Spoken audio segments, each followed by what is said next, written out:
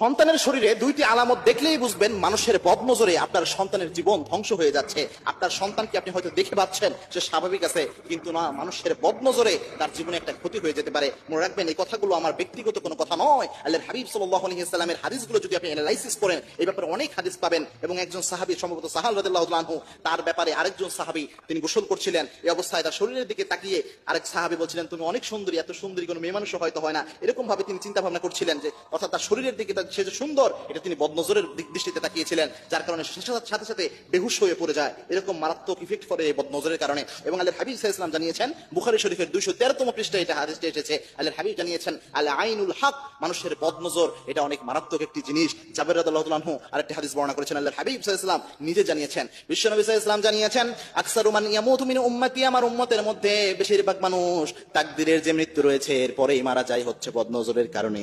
অর্থাৎ তাকদীরের মৃত্যু যে স্বাভাবিক মৃত্যু, এরপরে যদি কোনো মানুষ বেশি মারা যেত আমার উম্মতের, যদি যেয়ে থাকে, সেটা হচ্ছে বদনজরের প্রভাবের কারণে মানুষ বেশি মৃত্যুবরণ করে। এটা একটা মারাত্মক জিনিস। সন্তানদের ক্ষেত্রে অনেকেই বদনজরটা দিয়ে থাকে। সুতরাং সন্তানদের মধ্যে যদি তিনটি আলামত দেখেন, নাম্বার 1 যে আলামত, সেটা হচ্ছে হঠাৎ করে আপনি যদি আপনার সন্তানকে দেখেন যে আপনার সন্তান শুকিয়ে যাচ্ছে, অর্থাৎ এরকম অবস্থা হয়ে যাচ্ছে যে সে খাচ্ছে ঠিকই কিন্তু তার স্বাস্থ্য হচ্ছে না, সে মোটামুটি মোটা স্বাস্থ্যওয়ালা ছিল, মোটামুটি ভালো স্বাস্থ্য ছিল, হঠাৎ করে সে রোগাক্রান্তের মতো শুকিয়ে যাচ্ছে, এরকম অবস্থা যদি দেখেন, তাহলে আপনি বুঝবেন যে আপনার সন্তানের উপর মানুষের বদনজর পড়েছে। 2 নাম্বার হচ্ছে, যদি কোনো কারণ ছাড়াই এমনিতেই কান্না করে উঠি বিভিন্ন সময়, কোনো কারণ নাই, শরীরে কোনো সমস্যা নাই, কোনো প্রবলেম নাই, কিন্তু এমনিই কান্না করে উঠতেছে, এরকম যদি বুঝতে পারেন, তাহলে বুঝতে পারবেন যে এটা একটা বদনজরের প্রভাব হতে পারে। এরকম যদি আরেকটা প্রবলেম হয়, সেটা হচ্ছে ঘন ঘন অসুস্থ হওয়া, এটাও একটা কারণ। এটাও যদি হয়ে থাকে, তাহলে বুঝতে পারবেন যে আপনার সন্তানের উপর কোনো না কোনো মানুষের বদনজর রয়েছে। এরকম বদনজর যদি সন্তানের উপর পড়ে যায়, তাহলে আপনি কি আমল করবেন?